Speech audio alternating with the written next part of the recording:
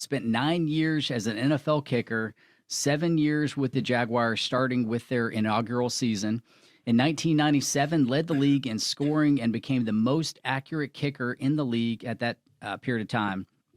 20 years after retiring, he kicked for the Jacksonville Sharks arena football team and currently runs ProForm Kicking, developing young kickers, and also Zealous Wellness, and is a father of 2 kids.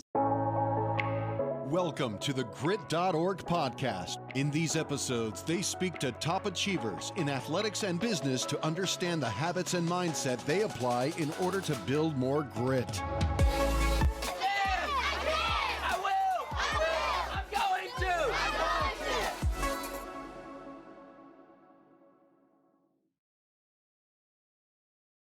Hello, my name is Brian Harbin. Welcome to today's episode of the Grit.org podcast. Today we have with us Mike Hollis. Mike, welcome. Thank you.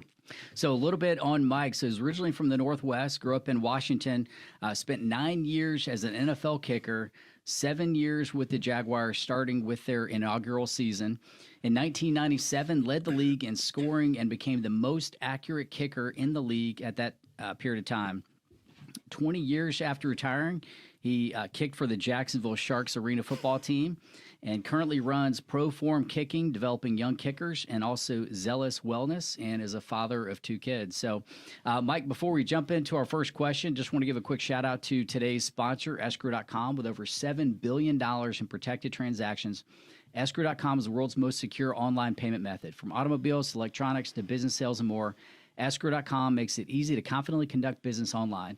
Visit escrow.com today to learn more about how you can achieve trust, security, and certainty with every transaction. So, Mike, I know you grew up in Idaho and then Eastern Washington. You mentioned Spokane. So, growing up, I guess any particular principles or values that you feel like were instilled in you early on through family members, coaches, anything that kind of stands out? Well, I grew up in a very disciplined family household, we'll say. Although back then it wasn't that disciplined. We were able to be out in the neighborhood until the street lights turned on, and we'd come back. We'd be out on our BMX bikes and doing what kids normally do. But I had a curfew, and there was a lot of disciplined things. But that, I think, my mom and stepdad, as I grew up with. But they instilled a very deep sense of discipline within me, making sure that I'm following through with what I'm saying I'm going to do, and just doing things that they wanted me to do. And then, of course, later on in life, in high school, I met up with a guy that became my kicking coach, actually. His name is Jim Gaetano, and he grew up in Spokane as well. He's about 12 years older than me, but he was also a kicker, of course, and he was my coach. And he was very instrumental in me with my kicking career. So I developed some discipline early on, and then I carried that into my kicking career, and of course being very disciplined with the things that Jim was telling me to do, because they're not typical. So I kind of take his word for it, like, okay, I trust you. I'm going to do these things, and then so he basically was the man that got me in the NFL. And siblings as well, or? I have one real sister, and I've got a half brother, and I've got 2 stepbrothers. So I've kind of a little plethora of siblings here and there. And I was pretty much I don't say the only athlete in the family, but I was the only one that stayed with athletics throughout college. None of the other ones did. They just moved on and got into their life. And so was football kind of an early passion, or were there other sports as well that you really got into? Soccer was my sport, and I only joined soccer because my neighborhood kids were, my buddies that were around the neighborhood that were always, playing soccer, and I just wanted to be a part of the team, and eventually tried out and got on the team, and I enjoyed it. I really did. I didn't like the running part. I don't have much endurance, but when it comes to just the sport itself, it basically groomed me for my kicking position in the NFL ultimately. Yeah, and so when did that early passion for kicking start? I mean, do you remember your first time you teed up? Yeah, well, I don't remember the first time I teed up a football to play around with the idea of kicking, but I do remember my first official organized football game was in 8th grade in the middle school. And back when we were in middle school, it was basically called junior high school. It was grades 7th, 8th, and 9th. And what they did was in 7th and 8th grade, they split up the football team into heavyweight and lightweight. just to make it, fair. And I was a really small kid back in the day, of course. So I was like, oh, I'll play because I'm playing against, kids that are somewhat my size. They're not going to get killed, in other words. So I played in the 8th grade, but the 9th grade is when they put it, it was high school officially, even though we were still at the junior high school, but it was a free for all. So I'm like, I don't want to play because I was playing other positions too. And that was another part of my decision to play high school football was, I didn't know that I could be just a kicker. And I had a stepbrother that had told me that I could. And so I did. And what about early on? Any specific kickers that you latched onto that you watched? Morton college? Anderson was on a cover of Sports Illustrated years ago. Ran out to the mailbox to get the mail, and there he was on the cover of Sports Illustrated. So I kind of watched him, and even like a guy like John Carney later on in my career of high school and into college. John Carney was a guy because he's on the West Coast with the San Diego Chargers, of course. So he was another guy that I kind of eyeballed and just kind of watched over. And early on, what were some of those kind of early challenges you had in kicking? Because I know it kind of speaks to a lot of the kids that you currently coach that are kind of in that same position, kicking in high school. What were some things that you kind of struggled with early on and how you kind of showed improvement over the course of those years? Oh boy, how much time we got? I mean, there's a lot of different examples, but really, with regards to, just being young and athletic, again, I wasn't incredibly athletic. I was good at kicking, decent at kicking, I guess. I had somewhat of a strong leg, but when it came down to, knowing everything, of course, we're young and we know everything. We're becoming our own, young men, and we think we know it all. And that's when I bring back the story of Jim Gaetano. When I first met him, he came out to the fields when I think I was maybe a junior in high school. Actually, you know what? I was a sophomore, 1987. I'm dating myself now, but he had just got released from the Chiefs as a camp kicker, and Nick Lowry was the kicker at the time there, and so they went with Nick instead of Jim. But when Jim came back to Spokane, he started coaching, and when I first met up with him, he would come out on the field once every couple weeks. He'd come out there and work with me a little bit, but me thinking I know everything, I know everything. Why would I listen to this guy? So I listened to him when he was there, but then when he left, I'm like, I'm just going to go back and do what feels comfortable. Mm-hmm. So again, looking back, I think that was kind of a bigger mistake in a sense where I should have just listened to him then. But later on, fast forward into college is when I reunited with him, and that's when we got into the nuts and bolts, the deep, detailed nuts and bolts of kicking. Mm. And did you find that you got the most improvement just through repetition? Was it like weight room stuff or just learning kind of the mechanics of, form? Where do you feel like you kind of... I think it's a accumulation of a lot of things. If there were 3 categories I would choose, and even I teach my kickers this too, I say, listen, your form is the number, priority-wise, there's really not a huge priority in the order that I'm giving these things, but the form is very important, clearly. So, and we'll get into that in a minute, I guess, but with regards to the detailed form fundamentals were important, but obviously the running, and stretching. And people say, well, where's the weight room? Aren't you in the weight room? No, I'm not a big fan of the weight room. Part of it is because and these guys that get into the weight room, they always want their personal records. They always want to, do the best and heaviest weights they can lift. And then, they've got strength now. And in their mind, they think they can muscle the football down the field. And it changes the way they kick ultimately when they feel like they've got stronger. Now, some kids are able to control that. But I think that the sprinting, because, the thing about kicking, it's a very explosive motion. Mm-hmm. It's very coordinated and real, athletic, and you want to train that way. You don't want to train in lifting heavy weights because that's not going to really benefit you in the long run, in my opinion. Maybe younger kids would benefit from lifting, but not older. Yeah, that's interesting. That would be something that you would think, but now that you explained, I can definitely see how stretching would be tremendously important. Absolutely, yeah. And running, just kind of building that stamina mm-hmm. and strength. So you get progress through high school, and then what was it like? Looking to kick in college, did you know that you wanted to kick in college? Did you get some interest or offers, or how did those conversations happen? Okay, here's where we start with this concept of my size, right? So there's been a lot of, back when I was trying to, make a name for myself, I was overlooked by a lot of people and organizations, colleges and ultimately NFL as well because of my size. But coming out of high school, there was a story you probably don't know of. If you remember the kicker by the name of Jason Hansen. Okay. He played for the Detroit Lions for like 21 years. He was drafted by him in, I don't know what year. He was 2 years older than me, but Jason and I, we grew up in Spokane, Washington. He's from the Northwest as well, and his younger brother, Travis, is as well. So Jason went on to Washington State University, played a couple years there, or 4 years there, got drafted to the Lions, and he was there, for 20-something years. Well, his younger brother, Travis, was my age. So Travis and I are the kickers on our respected teams, and I was selected as the number one kicker in the Greater Spokane League, basically. So, and he was number 2. Well, when it comes to college recruiting, University of Washington jumped right up to the plate and said, Hey Travis, I want to offer you a full scholarship to come and play for the University of Washington Huskies.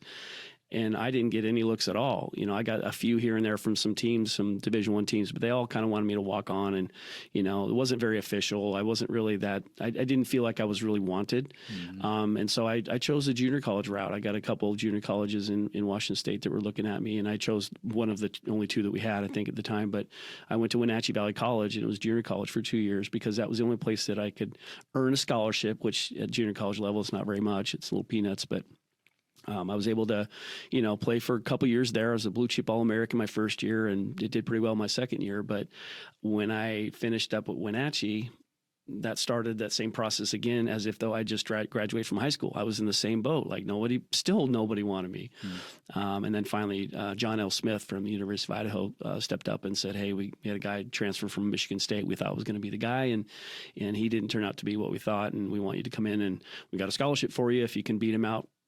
Choice is yours. And that's where you spent your last 2 years in college. And so coming out of high school, are they looking at just how far you can kick, what your accuracy is, how many you make, versus attempts? What are some of the metrics they really look at? Every team has their different quirks as far as what they're looking for. I think in general, in a kicker, first off, the mentality of some coaches out there think, well, we want to find a guy that has a really strong leg. Even if he can't hit the broadside of a barn, we're still going to get this guy because he has a strong leg, and we can fine tune him.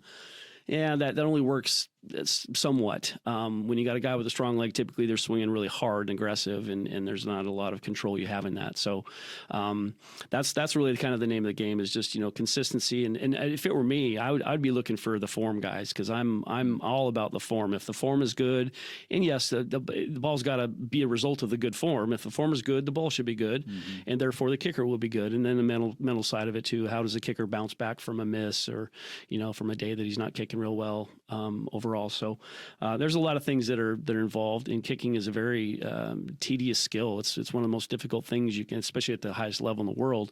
Very difficult to be as consistent as you can and strong. And every ball has to go high, straight, and far every single time. And you think about the guys that play for 21 years, like I mentioned, Jason Hansen did. That's just incredible. I played 9. This guy had 21 years. Like, that's just insane.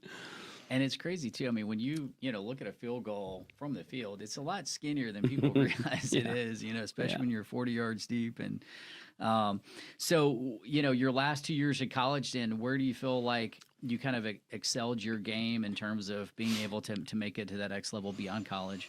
Well, I think that bringing Jim back in the picture, my first year at Idaho, I didn't know where Jim went. I think he moved to California or something, and I hadn't seen him for a couple of years. My 2 years at Wenatchee, I didn't see him. Went on to Idaho on my own, basically, and halfway through the season at Idaho, it was my junior year, we were playing at Eastern Washington, which is in Cheney, Washington, right outside of Spokane, and that's where Cooper Kupp is from.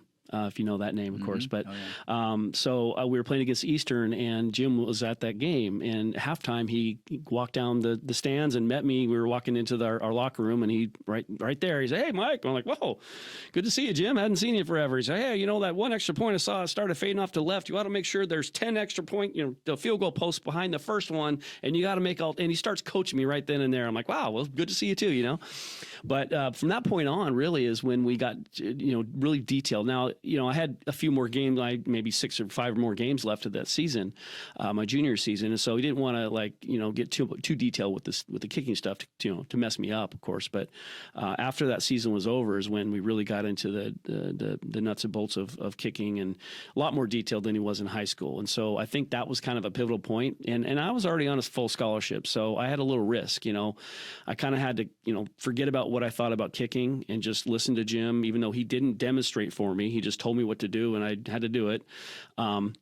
So I took a chance, but I knew him, I trusted him, and even my family knew him because spending some time with me in high school and stuff, and so forth. But that was a pivotal point for me to get back with Jim and have him kind of teach me. And then I started seeing the balls on my kickoffs were flying, and I was comparing myself to NFL guys. And that's when I kind of thought that, hey, I've got a chance. Maybe I can play at this level, because I was kicking off, higher and further than some of them at the time. So, did you like doing kickoffs as well? Or yeah, you did? Yeah, I don't mind them. It's you got to stay under control though. I think there's a lot of guys out there that just don't have any discipline on kickoffs, and they just wail away. Yeah. And I don't know, too, if much has changed with the strategy. I mean, I know there's a little bit more strategy now with the landing zone and everything else, it's different now. Can't just kick it out. Heck, I could play now. I don't need to touch back or anything like that. And really cool that you were able to be on the Jags inaugural team. Tell us how all that played out with the combine and getting drafted with the Jags.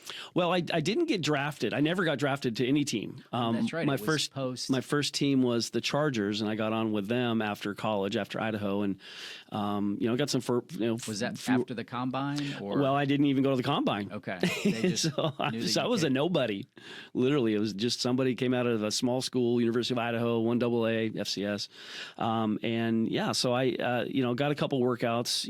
The Atlanta Falcons flew me out to work out there, and they had already worked me out in the dome at one point in Idaho, and they had 5 guys out there to kick. I was the 5th one or whatever, and they picked Todd Peterson. So I didn't get that job, and then I flew back, and of course the Chargers wanted me to come down the next weekend. So I got that all lined up, and there was another guy there, but I was the better of the two, and they signed me. So again, I'm bringing up John Carney again, as I'm now competing against the guy that I used to watch, and I thought that was a cool experience. But going into Jacksonville, and that was another thing. Of course, now I'm done with San Diego. They actually wanted me to come back the next year, and Jacksonville was a brand new franchise, and I had a buddy of mine who was a college at University of Idaho. He's the punter. His name is Eddie Howard, and he was a year behind me, and he was pretty good. Actually, Jim coached him too, so he got him. Jim got Eddie to be pretty good, and Eddie went on to try out for he got on to 5 or 6 different NFL teams. Never really quite made it. He got a couple of regular season games with the 49ers, but I told Eddie, I said, listen, I'm back at school, of course, at this time, and I said, hey, if there's any NFL scouts that come in to watch you, let me know, and I'm going to be there on the other end of the field kicking. And I want to see if I can get some exposure. And sure enough, Jacksonville came out to look at Eddie, and Rick Mueller was the guy's name. And I was on the other end of the field kicking. And after Eddie's workout was over, I went over and introduced myself and told the guy that I'd played with the Chargers in preseason, and, to take a serious look at me, because I'm dead serious about this. I want to play. And so he, told the team about me or whatever. So they had an interest. Jacksonville had an interest. But again, Tom Coughlin thought I was too short. So they had exhausted all their opportunities to look at every kicker they possibly could, and they had a kid by the name of Nelson Welsh that was competing against Scott Sisson. So with 95, the inaugural team, initially the very first minicamp, they had 2, because any new team will have 2 minicamps. Their first minicamp, I guess Nelson didn't kick real well, and so they were looking to replace him. And of course, Rick Mueller mentioned my name, of course, and they still, I sent him video and all that, and it still wasn't enough. They thought, and even after Rick Mueller we had to talk him into working me out. That's after Tom Coughlin had told my agent that I was too short, and Jim, who became my agent later on, but he was furious. We were out working out. This is back before before cell phones were around. So he went to the nearest payphone after we got done working out. After I told him the story about my agent telling me that the Jaguars think I'm too short, he called up Jacksonville and he just let him have it. He said, you guys have no idea what you're talking about. My kick's like he's 6'2". I wouldn't matter his size. And long story short, he got me a workout with Rick Mueller. with the Jaguars, but we had to meet him, Central Washington there. But I did great, right? Well, still that wasn't enough. And then meanwhile, San Diego was on the back burner. I asked Bobby Beathard, the general manager at the time, hey, you give me some time. I think Jacksonville has a little interest in me. And John Carney had gone to the Pro Bowl that year prior to that now. So here I am, if I go to San Diego, and I'm not only can compete with John Carney, I'm going to compete with John Carney, the Pro Bowler. And I'm like, my chances are much better with Jacksonville. No disrespect to Scott Sisson because he was a good kicker, but that's John Carney. He just went to the Pro Bowl. So anyways, my point is that, we got an opportunity after a while. And this is the funniest story about this is the fact that I was telling my family on a Sunday night that Monday, the next day, I need to call San Diego because Jacksonville's just not giving me any opportunity. They were dragging their feet, not answering the phone calls. So Monday morning comes around and Jacksonville calls. And that was the call to say, hey, Tom Coughlin wants to see you kick in person. He just doesn't really believe that you can kick the way that we've showed you. You showed him that you can. And so they flew me down, and I was the only one they flew down. So I'm like, okay, I'm the only kicker here. So if I just have a decent workout, I think I'll do good and I'll get an opportunity. And I did. So the rest is history from that point on. Wow, what a very timely phone call, too. Right? The fact that they called That's Monday. a godsend. And I'm curious, too. So when you do these kickoffs, did Atlanta, LA, and there's 5 other guys, walk us through, is that just a couple hours? What is that whole process? Are they interviewing you? Are you taking any type of, written tests? What type of assessments are they doing there? It's just really basically just, round up the guys, and we're going to, get some time on your own to stretch and warm up and get ready. And then we'll just put you through some stuff. And very, I don't want to say informal, but it was all about the physical abilities. No test. It's not like the test that they give you at the combine. This is just, we just want to see how good you can kick. We're going to do some field goals and we're going to do some kickoffs. We'll do some situational things just to see how you react. And Todd Peterson at that camp with the Falcons, he did the best of all of us. And, of course, they took the best, which I clearly would agree with because I didn't do as good as Todd, and neither did the other guys. So, it's a little challenging when you have a lot, that many. But back in the day, they used to invite 20 kickers out. When they could have huge rosters, they'd bring out a bunch of kickers, and it was worse back then. But of course, I know that the skills of kickers these days have gotten so much better. I would be a little nervous if I was a kicker these days because so many guys are so good. These days, yeah. Now, and so you get to Jacksonville, and you're the guy. I mean, you're going to be the main kicker, right? So tell us about that first season with the Jags and, playing in the stadium. I mean, what was that like for you, kind of making that transition from... I mean, electric. I mean, the city was just crazy. And in all honesty, I didn't really know a lot of the details about what kind of trouble the team or the city went through to get the team here. There was a news reporter that did a story on the new, the first team. And this was just recently. It was probably like 5 or 6 years ago. And it was incredible. I watched it. I'm like, I was actually interviewed in it. But it was a very incredible first season. The stadium was sold out every game. We had tons of support. We only won 4 games that year, but the next year and after that, clearly, we did pretty well and things moved up from there. But it was very cool to just experience and be a part of something so unique and just, looking at the challenges that the city faced to get the team and how surprised everyone was really that Jacksonville got the team. And it's an awesome experience to really, show that we've got a team here in Jacksonville and come support us. And we definitely had a lot of support that year. And it's incredible to be a part of that. Any specific stories that kind of stand out from that inaugural season in terms of players, coaches, fans, anything that kind of stands out the most? Well, I think a couple things come to my mind. Our first, the training camp we had that year was up in Stevens Point, Wisconsin. I don't know why, but they had a heat wave go through there that year. It was one of the hottest years they've ever had on record. And a lot of people were, we had a lot of IVs and a lot of cramping and a lot of, things like that. But that was very unique in a way. But, just kind of, beating Pittsburgh in Jacksonville, was a cool experience. I had a 53-yard field goal in that game that helped us win that game. And having that, the game against Houston, having our our game, and that was an extra point that I made, with less than a minute left in the game. Desmond Howard had scored a touchdown, and we're tied at 16. I come in to kick the extra point and make it, so we won that game. But that was a super cool experience to see, the franchise with their first official victory. And so 97 was obviously, a big year. You led the NFL in scoring, most accurate kicker in the league. What kind of helped all the stars align for that season for you, do you think?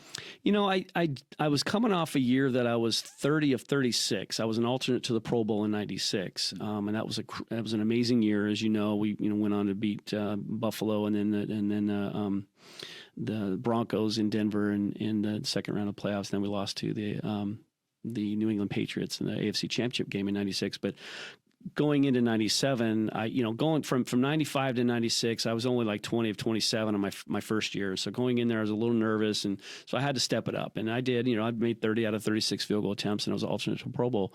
So now I'm like, okay, well, I know I can do this. Let's carry on that momentum. And so I entered the season with the positive note, and I was kicking well. And then, halfway through the season, I started knowing, I started realizing that I'm kind of leading kickers in points and field goal attempts.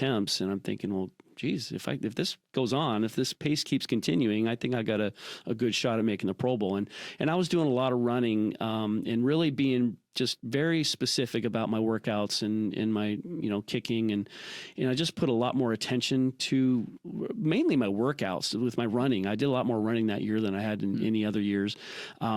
And it was more so in the sense where I knew that I had an opportunity, and so I was going to push myself to see.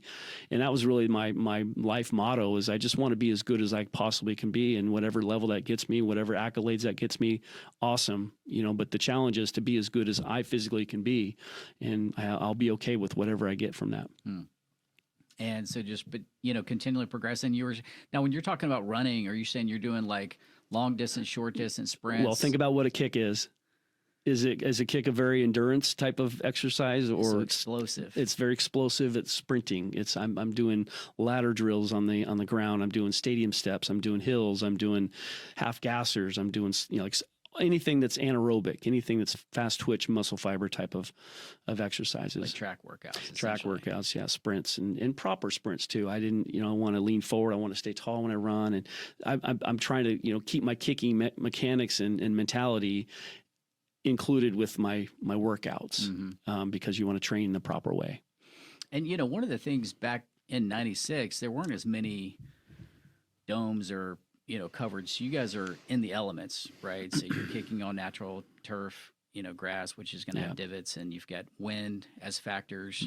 And all those things were in play, which nowadays seems like, in 90% of cases, those are non-factors essentially, right? So how much of the science, was that something you kind of did on your own? Was there anybody even in the game that, or coaches even on the sideline that would kind of help coach you with all the, what direction the wind is going? Is this all just things that you kind of study and knew and instincts? I think it's instinctual in a sense where you learn because you're out kicking a lot anyways. The difference really is when you come to, like, when you're out practicing, typically you're not practicing in stadiums. You're probably practicing on flat ground, flat field somewhere where there's not, maybe some trees, but there's not the big stands that's going to affect the wind as much. And so the wind, when you're practicing on your own in those flat areas, is probably more consistent, come in one direction. It's not going to be gusty for the most part. But when you get in a stadium, it swirls and it's everywhere. I went to a truck show years ago when I was playing in Jacksonville, of course, and I had my kids that were young, and went to this truck show to see all these monster trucks and all that. And well, they did these fireworks, and then it was a calm night for what I thought. And you watching the smoke billow up from the fireworks, and then watching where the smoke went, I'm just like, it's taking a sharp left, and then it went up, and then it went down, and went right again. I'm like, what in the world? And so from that point on, I kind of learned something from that. It's kind of weird how you learn these things. And I thought to myself, and Jim had probably told me this before too as well, but you can't really predict where the wind is going to be. You can stand at maybe you're kicking a 50-yard field goal, you're on the 40-yard line, you see kickers, they throw the grass up and watch where the grass goes. But right there on the 40-yard line, it might be going this way. But down there and up there, of course, maybe the guy by the goalpost himself, and then maybe higher when you're going to kick a higher ball, it's going to go maybe in the opposite direction, maybe at your face, so you have no idea where it's at. So the thing that I learned from all that is just kick a solid ball, and the wind won't do as much to it as you might think it would. And I've never aimed outside an upright, which I think there's kids that do. Like they know they might have a hook, and if I have a hook with this kind of wind, I definitely want to aim outside the upright, and then they miss it right, you know. So there's a lot of things that you second guess, and it could get you in trouble at times. So what about kind of bird's eye view of a week in the life? Let's say you just finished a game on Sunday. What's your recovery look like, and then what's kind of your training throughout the course of the week to prepare for that next game on Sunday? Well, I just, depending on if we won or not, if Tom was in a good mood, he would get, I say Tom because most of my career is with the Jaguars and Tom, but he would give us Mondays off sometimes, not early in the season, but later on in the season, he would give us Mondays off if we played well and won. But if we didn't, win or whatever, we didn't get the Monday off, we would come in, for our workouts around, 9 o'clock in the morning. We'd have like maybe 10 o'clock, we'd have like a noon, team meeting. Then we'd, go out and do some training, as far as sprints and running and things like that, and no kicking at all. So Tuesday was our day off.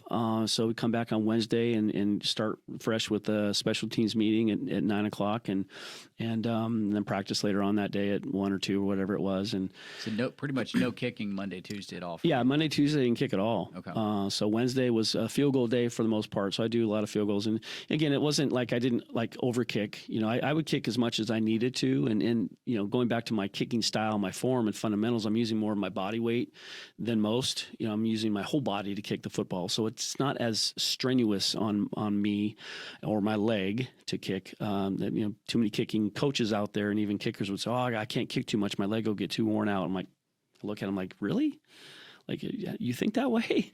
Like, it's really a body kick if you do it right, of course. But yeah, so that's the preparation was really just it was very consistent. I didn't really get too caught up into if I missed a field goal on Sunday at 42 yards, I'm not going to go on the field on Monday and kick 20 or 30 or 50 42-yard field goals in a row. I was never that way. I'm just going to keep doing what I'm doing. Don't overdo it.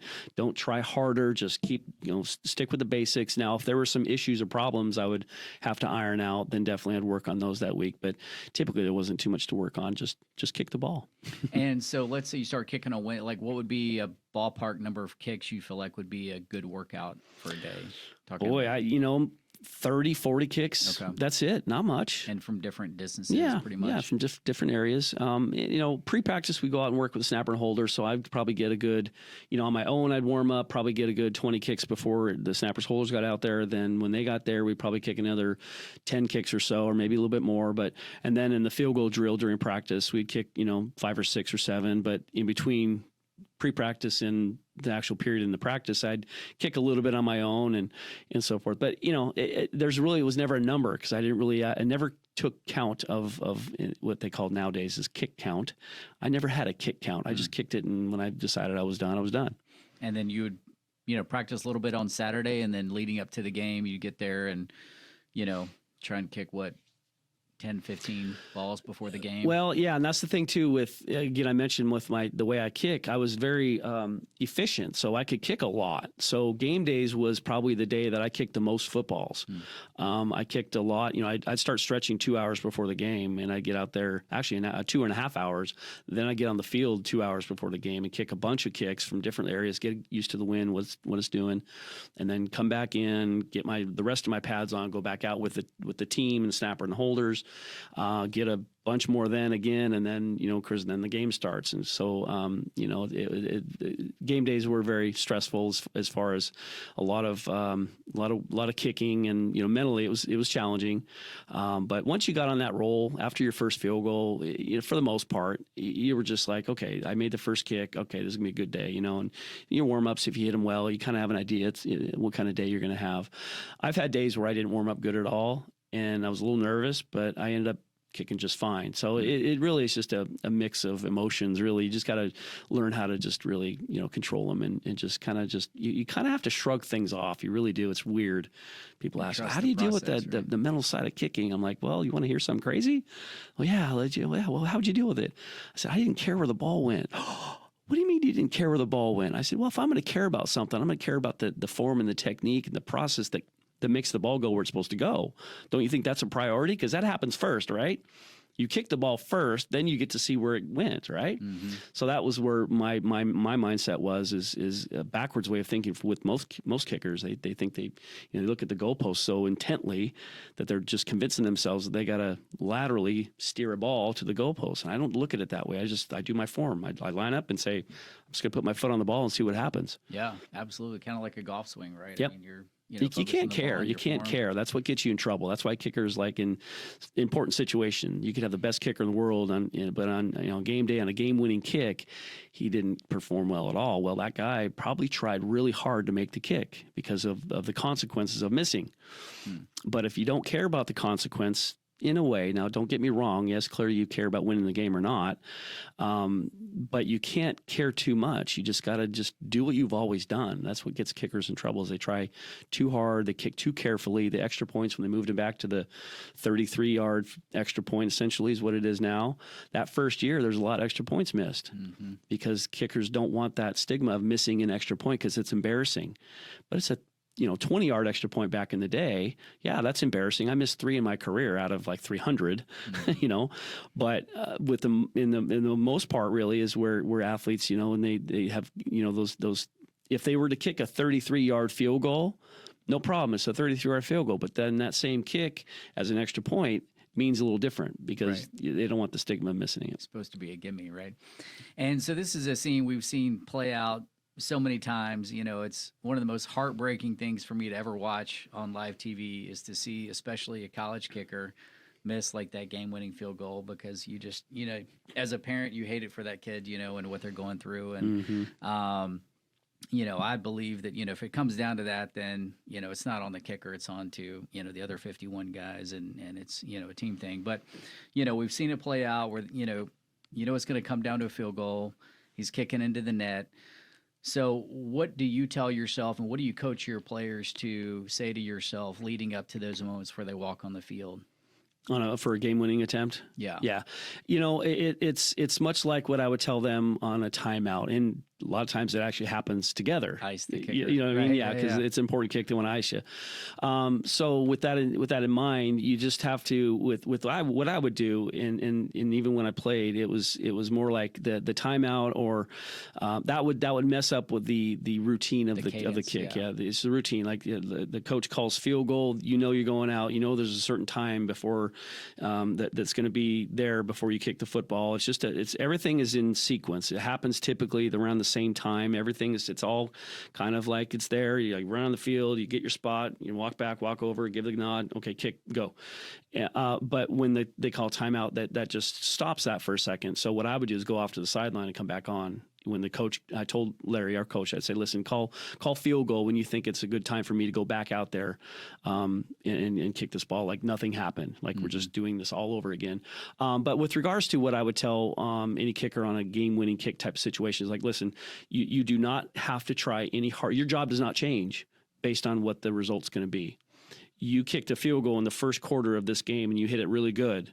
Why would you do any different than that what you did on that kick? It's not any more important.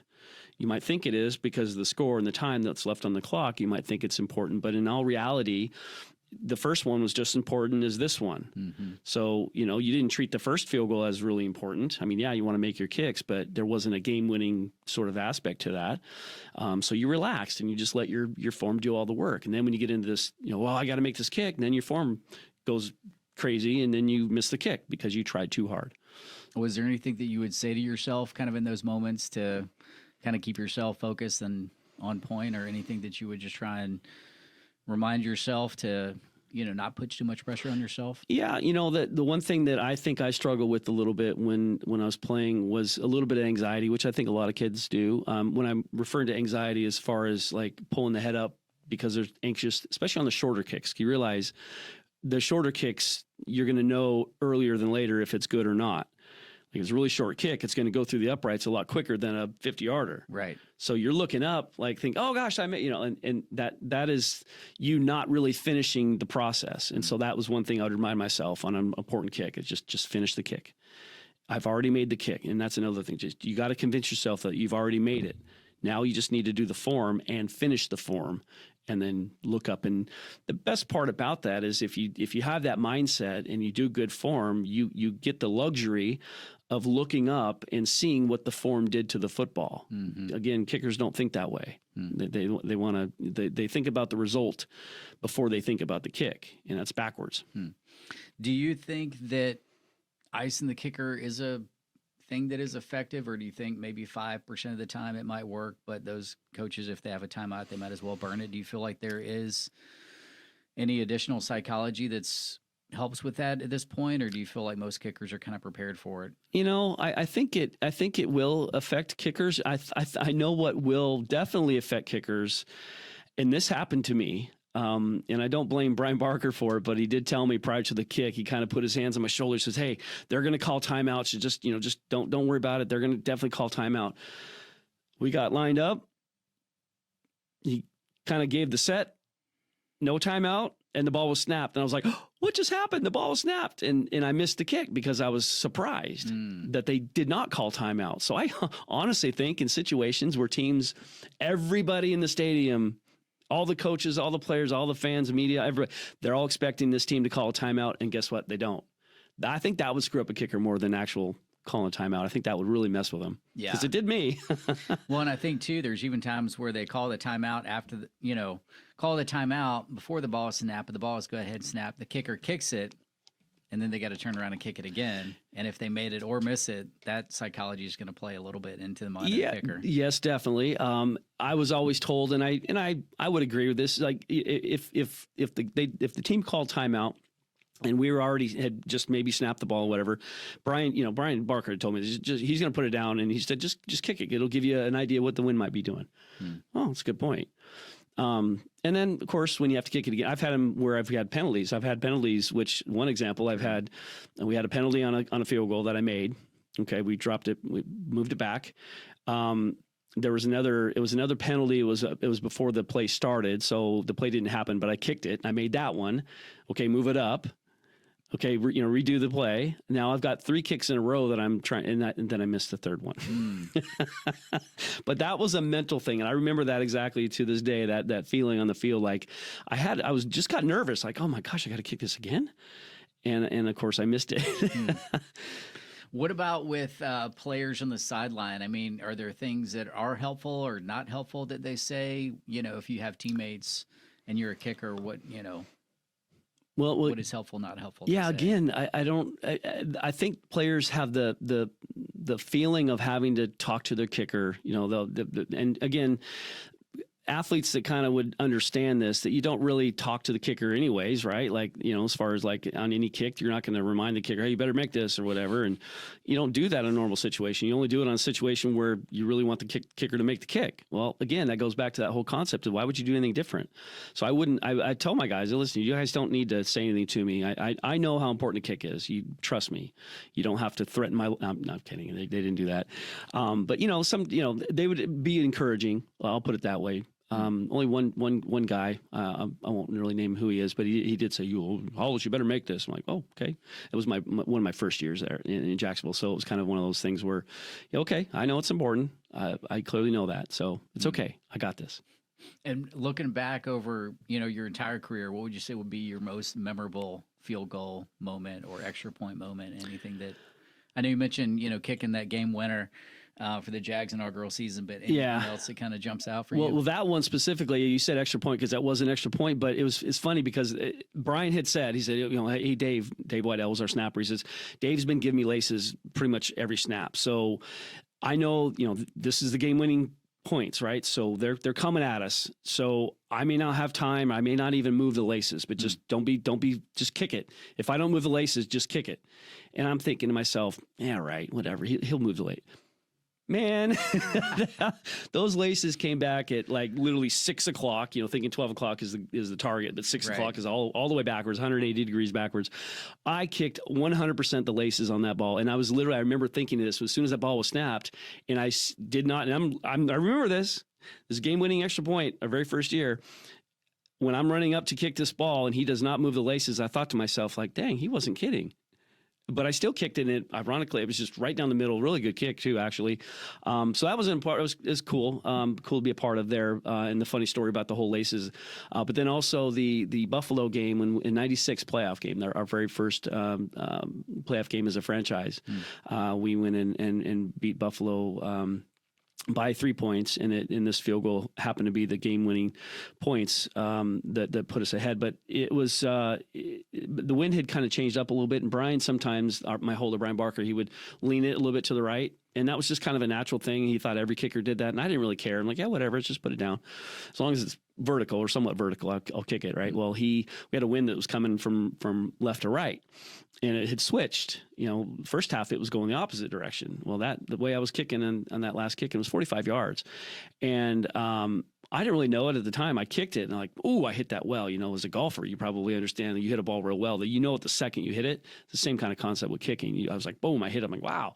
So I hit that ball, and I'm looking up. It's going right down the middle, exactly where I felt it was going to be going, and all of a sudden I'm looking at the sky because one of the Bills guy came around and took my legs out from it. It should have been a penalty, but it wasn't. But that ball, and then, of course, Brian Barker's like holding his hand out. He said, hey, man, it went through, he says, as he's helping me up. I'm like, what do you mean? It was going right down the middle. He says, watch the screen. He told me to watch the jumbo. I'm looking up the Jumbotron, and sure enough, that ball took a sharp right and hit the very inside top of the upright on the right upright, and it bounced through. So it counted. And the week before, I had a bad kick against the Falcons that actually hit it upright and went in too. But so I was known as the Doinker or something at that point from Chris Berman. But so that was an important game as far as on the field stuff. But the one memory I do have of not on the field, it was actually on our way back from Denver after that, literally the week after that Buffalo kick, as a plane flew over the stadium. That was I get goosebumps talking about it all the time because it was such a cool experience. You can literally see from however many thousand feet up we were, maybe 100 feet. I don't even know how many feet we were above the stadium, but you could literally see everyone, because they knew it was us. It was super, super cool. Wow, that is cool. Yeah. Yeah, and doinks, I know there was I think it was a college game recently. There was like 3 doinks, like 3 kicks and 3 doinks, which statistically the odds of a doink are so narrow. And then to see 3, one guy had 2, one he made, one he missed, is crazy. Right. And so 7 years for the Jags, and I know you played a couple years, after the Jags. And then how did you kind of figure out, when it was time to, hang up your cleats in NFL football and kind of that decision to move on? Well, my back played a role in that. My lower back, I eventually had 4 surgeries on my lower back, and so the first 2 were here in Jacksonville, and throughout the 7 years I was here, and then I went to Buffalo, played for the Bills for 1 year. My back was fine. It wasn't great, but it was fine. Then the year I went to, and then after that I went up to I signed a 5-year deal with the Giants, and so I'm thinking, okay, I'm going to be a Giant for the next 5 years, at least try to at least. But up there in preseason, and got involved in a tackle on a kickoff against the Jets, and got a nasty blow. I mean, it was head on head. Just we crashed. It was like a car crash, and my back, my disc, one of the 2 discs I've had issues with, was kind of like a central bulge. So both of my legs were tingling, and so at that point they got me in for an MRI and said, you probably need to get surgery on it. So they put me in injury reserve, and that was my season, my first year of the 5-year deal. And then Tom Coughlin was hired. That was Jim Fossil's last year in 2003. And then Tom Coughlin was hired for the 2004 season. And I knew, leaving Jacksonville, I knew that he didn't really care for me as far as my abilities. Plus my back, I'd just gotten after my 3rd and 4th surgery with the Giants there. And so he let me go. And that's when I finally figured out, I want to be active when I get older. I don't want to, push myself too much and risk any sort of major chronic injury that I could affect the rest of my life with. So I decided, I got 9 years in, I'll find something to do and enjoy my life. And that's what I did. Moved back to Jacksonville and retired. The back injury, was it a result of just the years of kicking, or was it from an earlier injury from tackling, or? Well, growing up in the Northwest, it gets cold, we get snow. So I was a skier during the winter times. And again, growing up as a kid, I was not the smartest kid in the world with regards to just being oblivious to any sort of risk. I was a BMX bike guy. We built these 12-foot, quarter pipes out in front, and we'd crash, no helmets, stupid stuff. Well, I was skiing. I'm taking big jumps and landing on really flat, solid ice, which jarred the back quite a bit. So this is back in high school when I hurt my back, and it was from skiing initially. And then, of course, lifting, doing some silly stuff in the weight room when I really didn't know better, and then kicking, just a prolonged life of kicking. You're doing something on just one leg essentially, so there's a lot of twisting in one direction. So that kind of affected a little bit as well. But kind of a lingering issue you always had. Yeah. Now that you mentioned, I was thinking about, did you enjoy the part of potentially having to make a tackle on the field, or was that like, all right, you guys, there's 10 of y'all to go tackle this guy, don't make me be the guy to...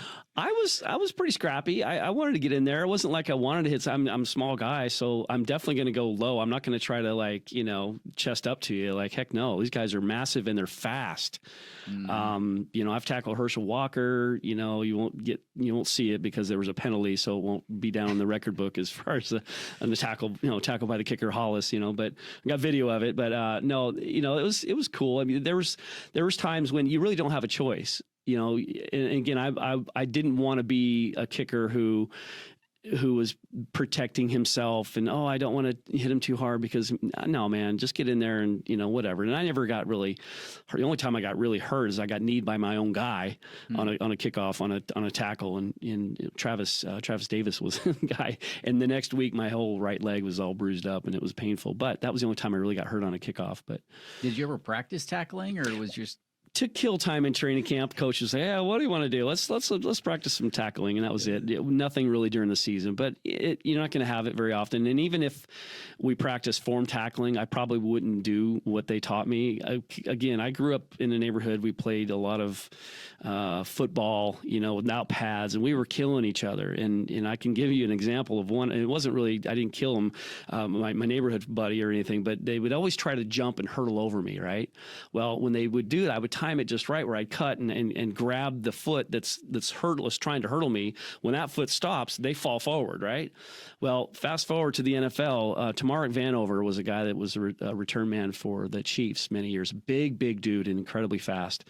And he broke through. I think I tackled him twice, but this specific one, he broke through and I'm like the last guy and he's like doing his little thing, kind of like looking at me and I'm looking at him and he's kind of cutting a little bit. And then finally he decides to kind of try to hurdle me. And remember when I was talking about he knows you're going for his legs. Well, right? you remember the time when I was talking about how Brian didn't move the laces? And I thought to myself, and I remember thinking to myself, oh my gosh, he wasn't kidding as I'm kicking the ball. Right. Well, this memory came into my mind a second I did what I did with my high school buddies back in the day when we were tackling. This was actually before high school and I would trip them, right? Well, Tamarick Vanover tries to take a sharp, left of his and jump over me, kind of like hurdle. Well, I happen to reach over and grab the top of his shoelaces, just like I had done back when I was a teenager. And that thought came right to my mind the second that I made contact with his foot. I'm like, oh my gosh, this looks familiar. I've done this before. And of course, he stumbles and falls, and he was really mad because he let the kicker get him barely. I'm glad you mentioned this too about the laces out, because that's one thing everybody always knows about kicking, right? Laces out, right? And it's probably a very simple explanation, right? You just want to be able to hit the flat side of the football to get a consistent kick. If you're kicking on the laces, then the direction of the ball is going to be more variable. I mean, is it that simple, or is there more to it? Yeah, it's not as crazy as you might think. I work with kickers that we have them just turn the ball a little bit, like they were using sticks and stuff. Sometimes I'll do holds for these guys, but every once in a while they'll turn the ball sideways and kick it, and nothing really happens. It's more of a mental thing. I think when the laces are forward, you know that you're hitting a clean part of the ball. When you see laces to the side, one side or the other, it just makes you rethink how your foot's going to be put on the ball a little bit. I think that's the only reason. People say, well, the laces, if on the left, it's heavier on the left-hand side, so it might hook. No, it don't get too crazy. It's not like that at all. Okay. Yeah. I didn't know, too, part of it's like the ball is going to be, if you kick it the same way each time with laces out, then the ball is going to have more of a consistent overturn, but maybe that's not true. If you look at a ball carefully, even if the laces are dead straight, and it, again, depends on how you hit it. If you're in the middle of turning your foot or something in the middle of the swing itself when you actually hit the ball, you'll notice that the laces aren't always perfectly straight. They're actually rotating a lot, throughout that whole process. Yeah. So, and I know this is a big thing for a lot of NFL players that we talk to, is kind of that post NFL career. So tell us about kind of how you decided what to do next. I know you're here in Jacksonville. You've got, your kids were, I think probably teenagers at the time. How did you kind of figure out what was next for you? I really didn't know. I didn't prepare myself very well. I look back, that's one of the regrets that I do have is having a better idea of what I wanted to do when I finished, football. And I didn't prepare real well for that.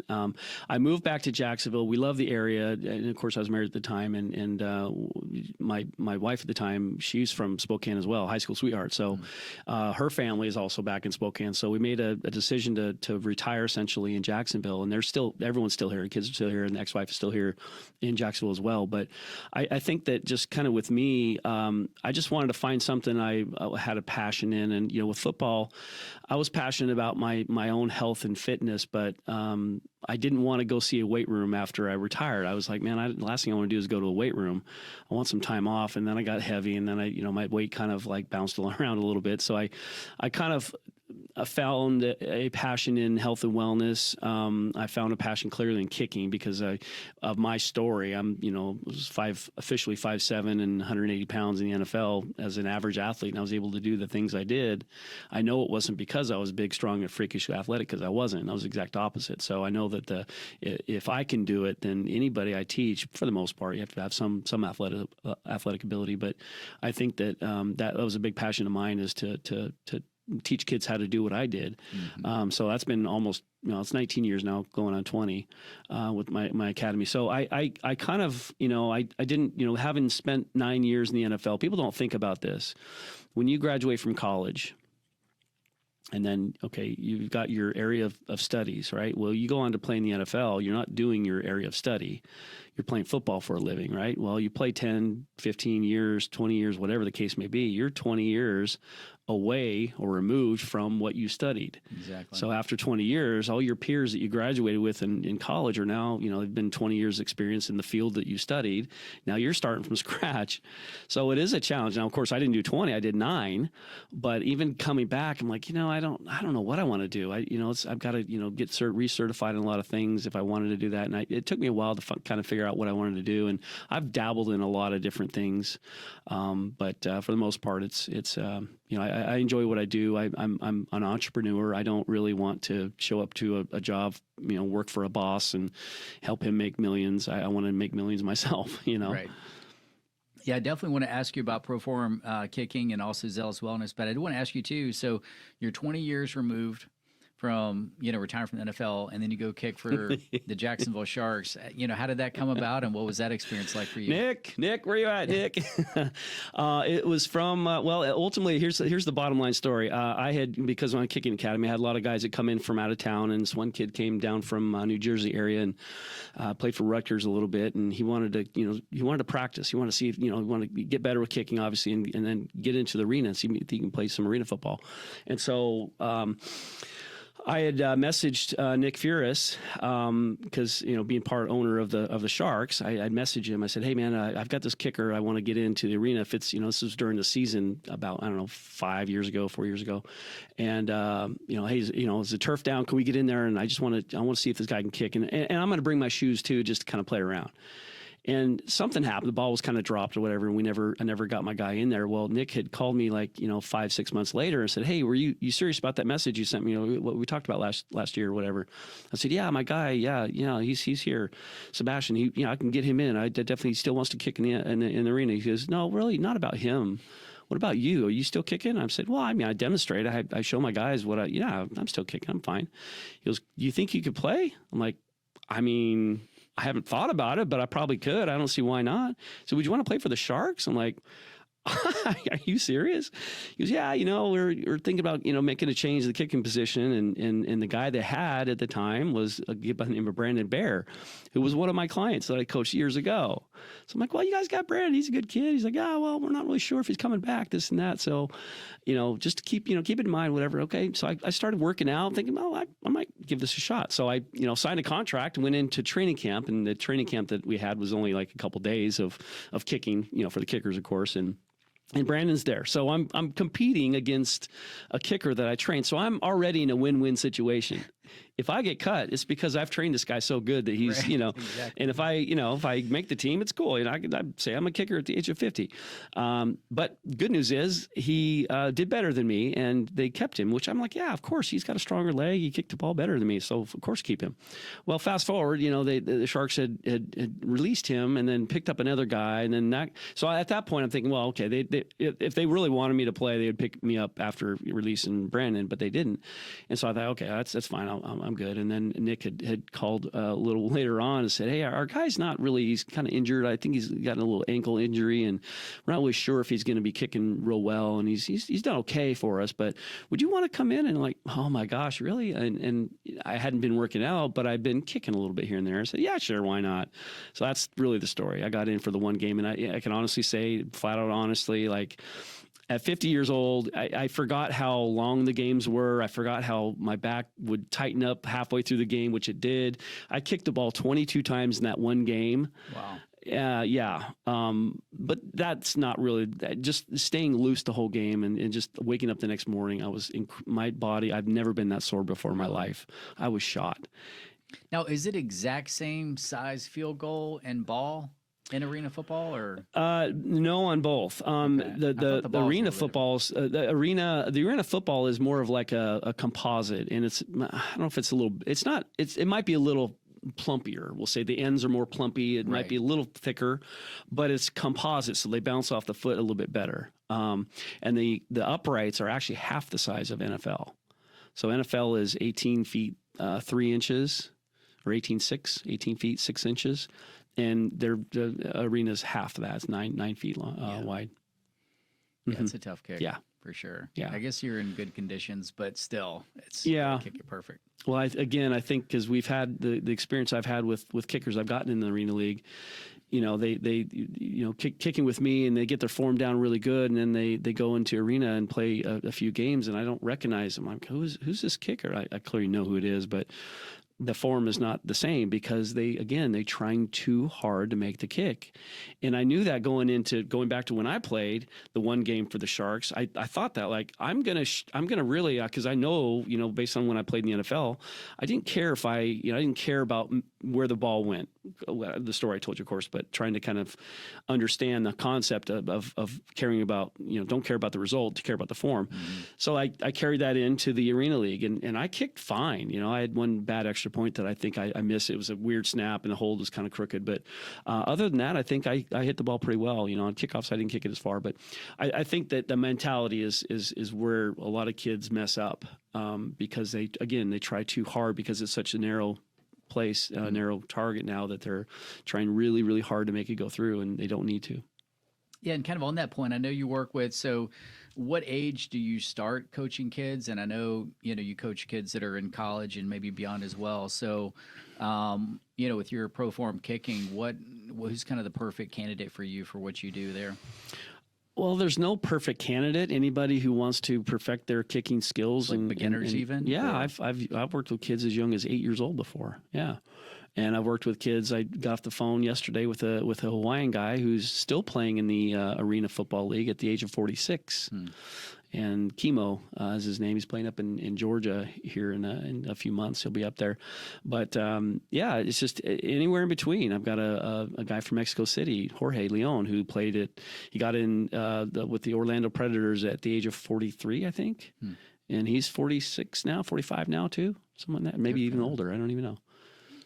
And so, and typically, are you working with them like on a weekly basis, and then going through balls and kind of working on form, technique, anything? I guess you talk through like on the mental side as well, having them, work on a read, or What's kind of that process look like? Well, it's everyone has a little different skill level, but with regards to just the things that I'm teaching, I'm teaching the same things to every kicker I work with. I'm not one of those coaches that caters.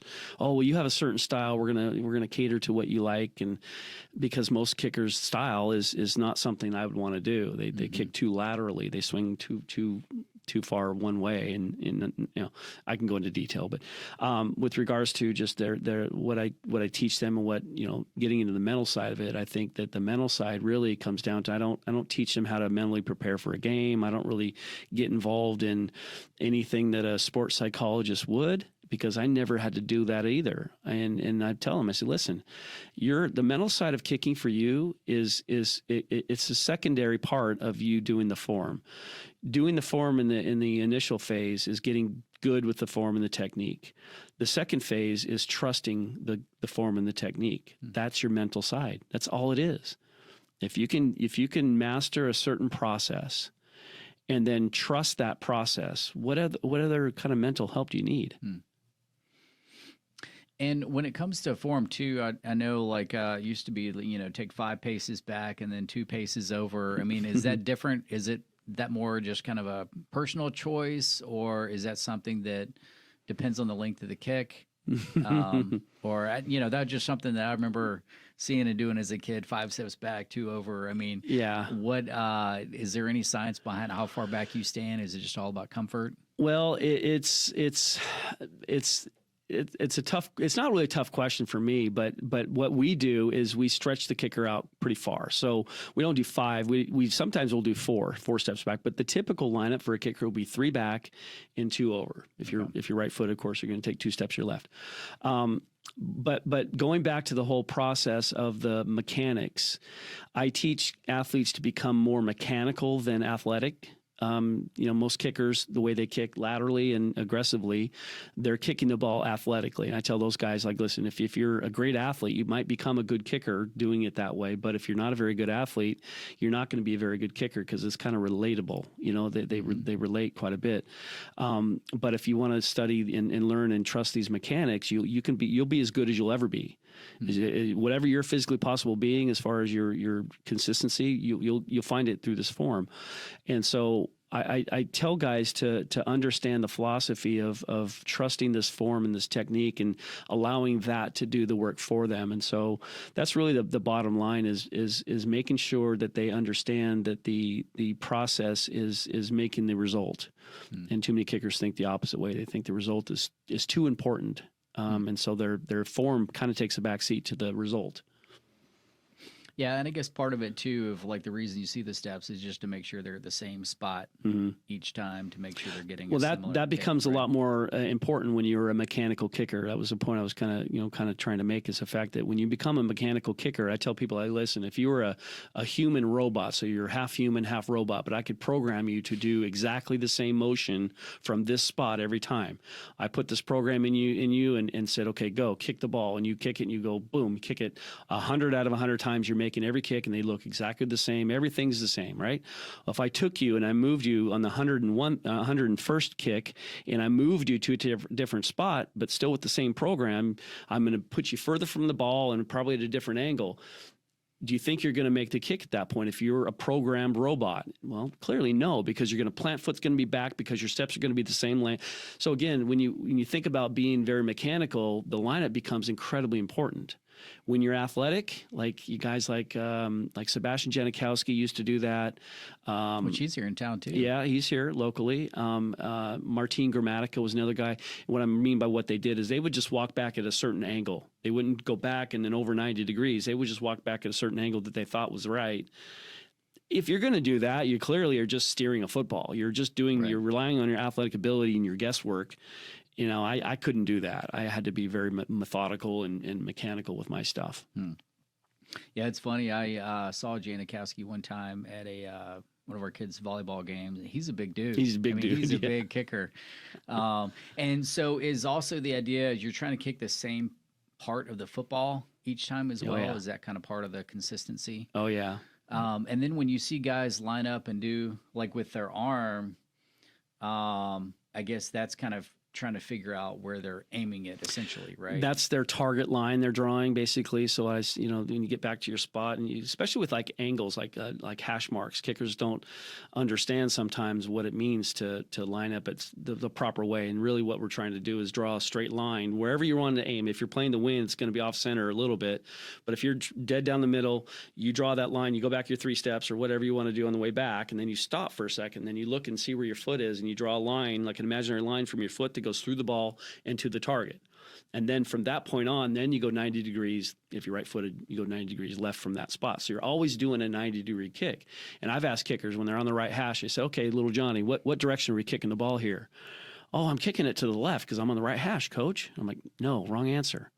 The answer is you're kicking the ball straight because the way you line up, you're aiming right down the middle. And don't look at these lines next to you because they screw you all up. And that's why sometimes people have a hard time doing 90 degrees, especially on kickoffs, especially if you're doing angled kickoffs.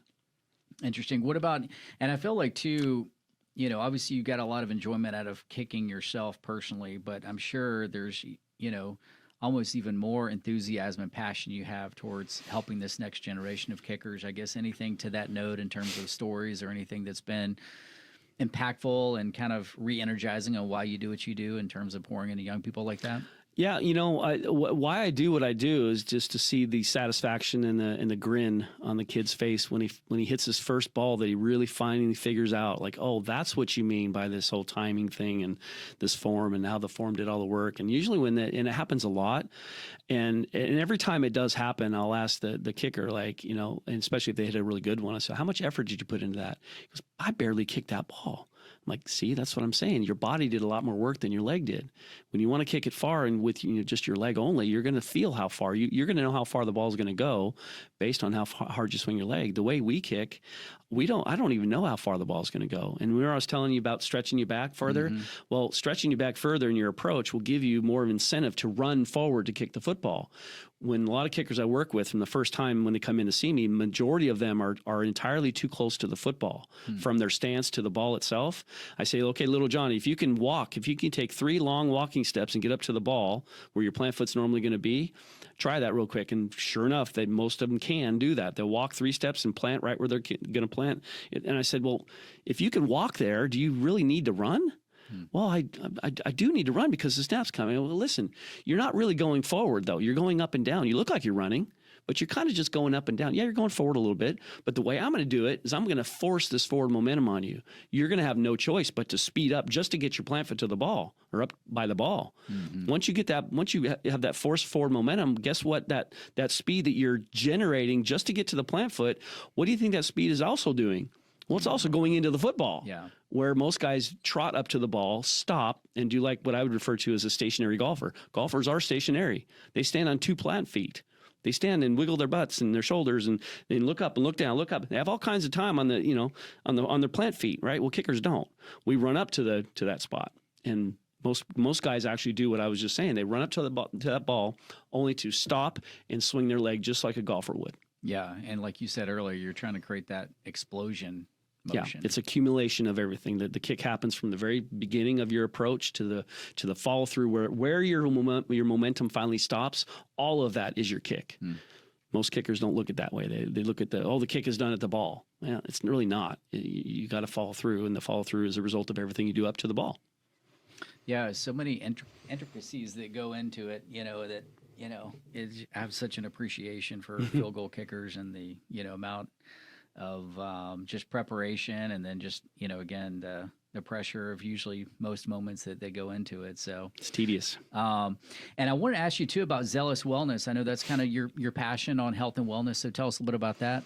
Well, I'm big into staying young and youthful. I feel like I'm in my 20s. I'm doing my best to make myself feel as good as I've been up and down with my weight and my shape, my lack of shape, I should say, as far as being in shape or not.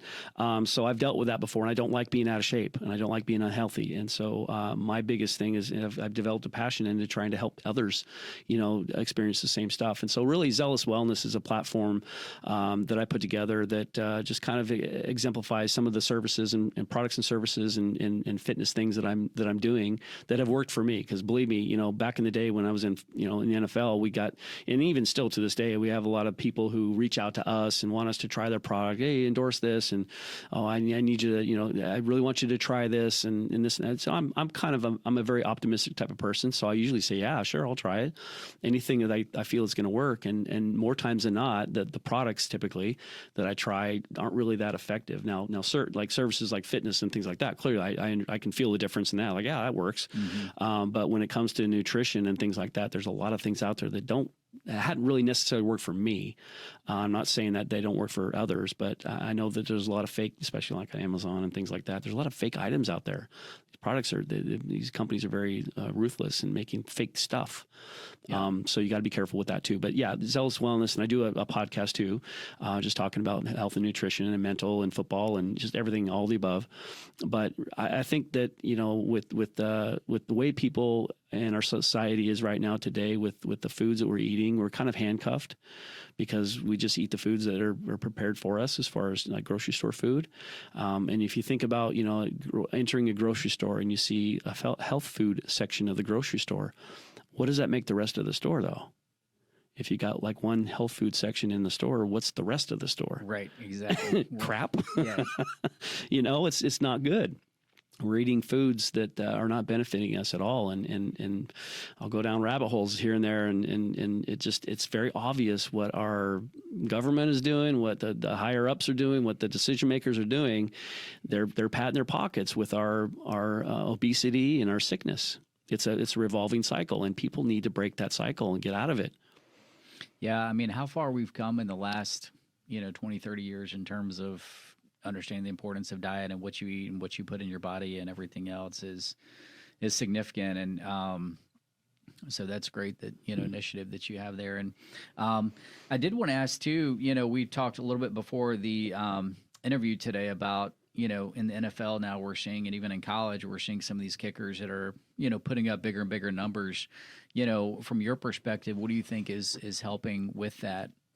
Well, there's a lot of things. They didn't have snappers really back then. I guess my first team with the Chargers, David Binn was snapper that they picked up. I think that might have been like the very first ever just snapper on the team. I don't really know if there ever has been just one person that does snapping. But since then, of course, teams have caught on, and now every team has just a specific snapper, and they're good. Mm-hmm. That's one thing. And the snap does. I mean, you think about it, the kick's got to be off about 1.3 seconds. You got 1.3 seconds from the time it's left the center to the time the ball's kicked, and that's a lot of it's very quick, and there's a lot of error that can happen within that time frame. And so snapping is a very important position. So snappers have gotten really good. The operation between the snapper and holders have become very, very good.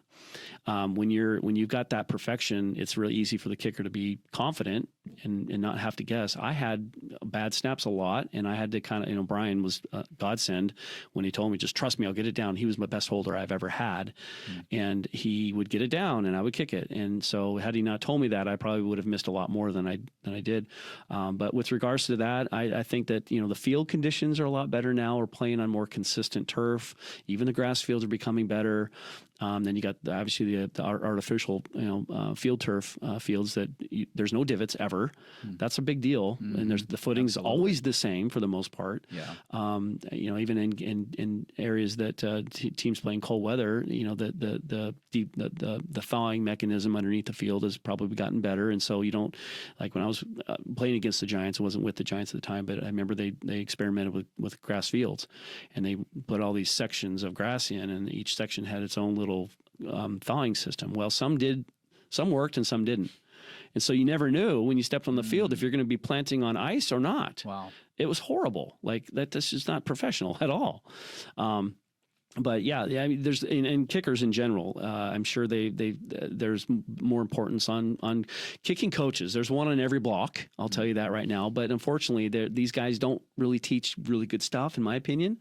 And so, but for the most part, there've been more emphasis on training to become kickers at younger ages. I think for a lot of kids, and just their physical fitness and things it's evolved as well, and they're getting better in every aspect, and that's why you're seeing all these long 60+ yard field goals. You hear the announcers, Cam Little attempting a 63-yard field goal. Oh, it is good. And that's it. Like, right. If I had to kick this 63-yard field goal, I'd be go crazy. It's nuts. But it's no big deal now. Anything, 60-something yards, no big deal. Yeah. Like, wow. Yeah, and kind of to your point too, with kids starting earlier and getting training better, and they're just that snowball effect is just gonna lead to longer field goals. So. Yep. Yeah, just was curious your input on that. Our last question today would be about the Grit Creed. So these are 12 principles that we're all about baking into that next generation.